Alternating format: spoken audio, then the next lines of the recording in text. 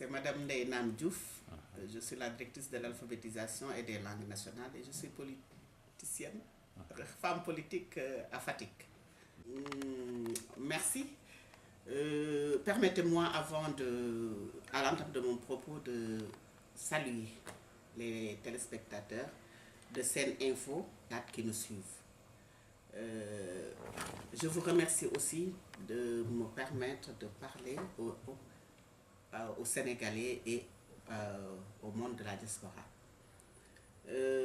Pour rappel historique, je dirais que cette journée officialisée par les Nations Unies en 1977 trouve son origine dans les manifestations de femmes au début du XXe siècle en Europe et aux États-Unis. C'est effectivement une journée très très importante pour nous tous. Si on prend en compte tout ce que font les femmes, tout ce qu'elles accomplissent tous les jours à travers le monde, on est obligé d'admettre qu'une seule journée ne suffit pas pour leur rendre hommage, pour les fêter. Les femmes font tourner le monde en fait.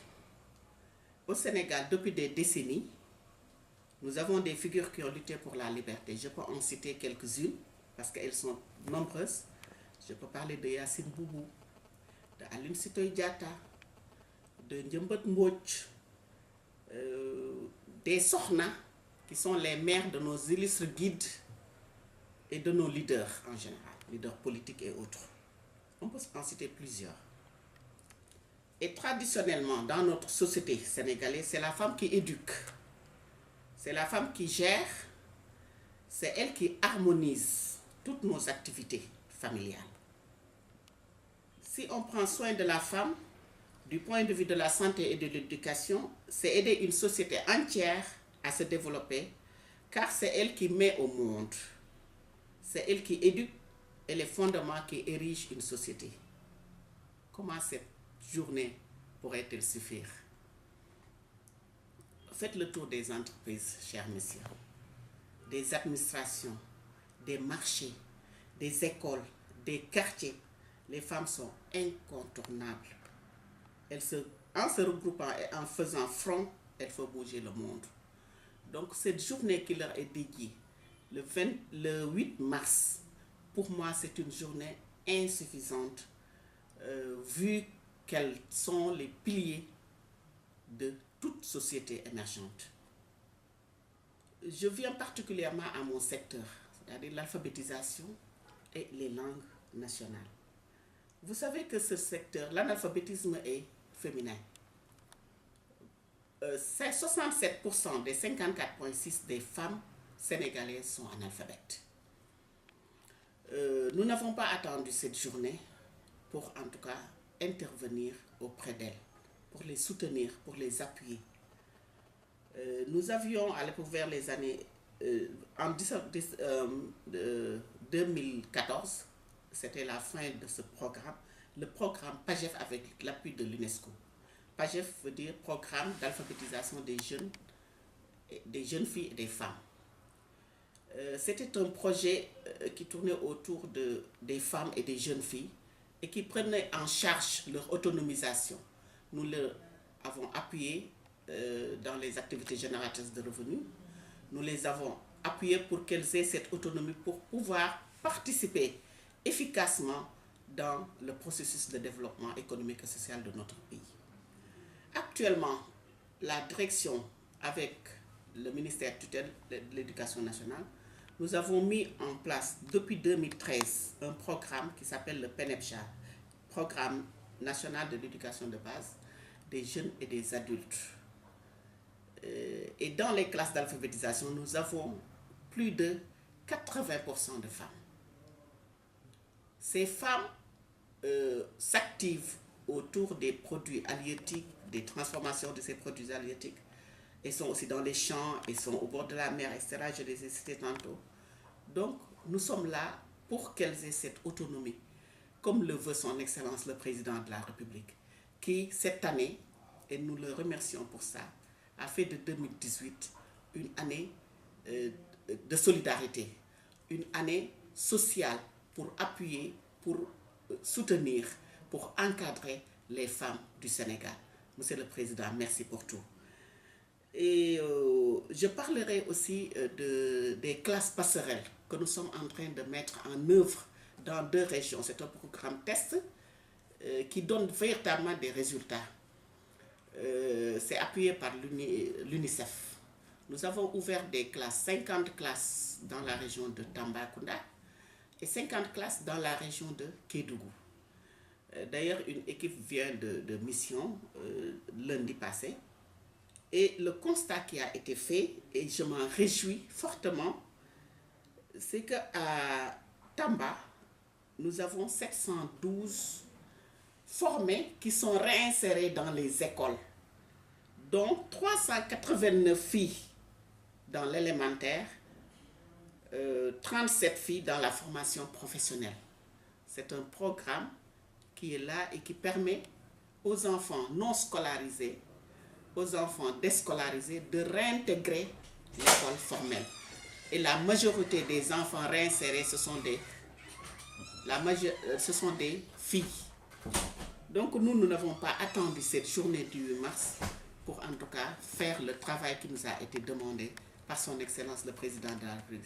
C'est quoi? C'est mettre en œuvre des programmes pour appuyer les femmes pour qu'elles aient cette autonomie financière, économique, sociale, pour participer véritablement au développement économique du pays. En fait, c'est elles qui font bouger l'économie de ce pays.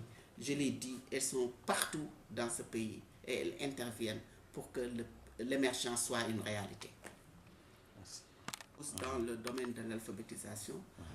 Mais en tout cas, pour moi, si je devais proposer des programmes, des innovations, je dirais qu'il faut d'autres journées pour nous, femmes africaines, mais aussi pour nous, sénégalaises. Parce que cette journée, je l'ai dit tantôt dans l'historique, c'était une journée officialisée qui trouve son origine dans les manifestations de femmes aux États-Unis.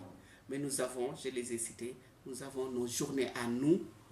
On peut prendre une journée pour Aline Sitoé Diatta, une journée pour Yacine Boubou, une journée pour Ndiambot Mbodj, une journée pour les autres. Et les femmes politiques. Par exemple, la première femme députée, c'est Caroline Diop. C'est une icône. Nous avons beaucoup d'icônes au Sénégal. Nous avons beaucoup d'icônes en Afrique. Pourquoi pas prendre aussi d'autres journées pour elles, pour pouvoir magnifier ce qu'elles ont fait dans ce pays, dans ce continent, dans le monde, parce que c'est très important pour nous. Donc je lance un appel à toutes les femmes pour magnifier, fêter nos femmes aussi. Donc le 8 mars est très important pour nous, mais nous avons aussi d'autres dates phares. C'est ça que je voulais dire et je profite de l'occasion pour leur souhaiter une bonne fête du 8 mars.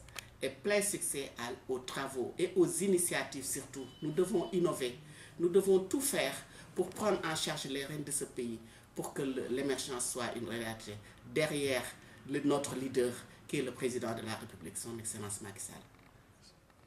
Parler sur les faits divers concernant les enfants. Ce sont des atrocités innommables. Au nom de quoi? Du pouvoir, de l'argent, je ne sais pas, mais comment peut-on sacrifier des enfants? Au nom de quoi que ce soit? Les enfants sont très importants, sont les avenirs d'un pays, d'une nation. Donc je vais lancer un appel aux parents. Il faut qu'ils soient plus vigilants. Le gros du problème, c'est les enfants qui sont dans la rue, qui sont véritablement livrés à eux-mêmes, qui ne sont pas à l'abri des pires atrocités, parce qu'ils sont exposés tout le temps, le jour comme la nuit. Donc il faudrait mettre en place des couvre-feux, responsabiliser les parents. Beaucoup de parents ont démissionné actuellement. Il faut véritablement qu'on revienne à l'éducation de base. Il faut faire des surveillances de proximité pour dissuader les criminels. Et ces criminels, quand ils sont capturés, doivent subir des sanctions exemplaire. La justice doit être intransigeante sur de tels actes. Bon, nous sommes des croyants, soumettons-nous à Dieu. Acquérir le pouvoir ou de l'argent par tes propres mains,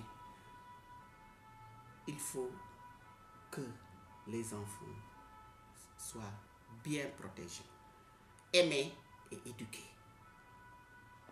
Bon,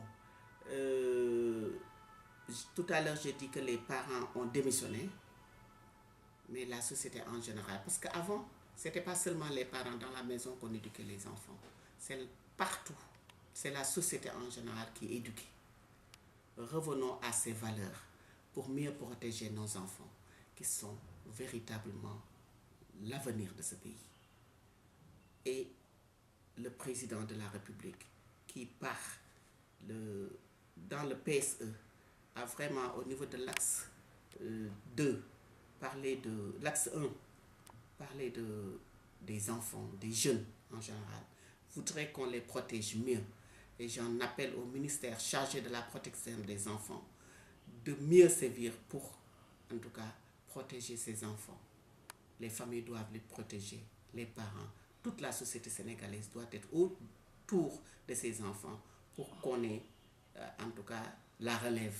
La relève, ce sont les enfants, ce sont les jeunes. Il faut les protéger. C'est ça que je voulais dire. Merci.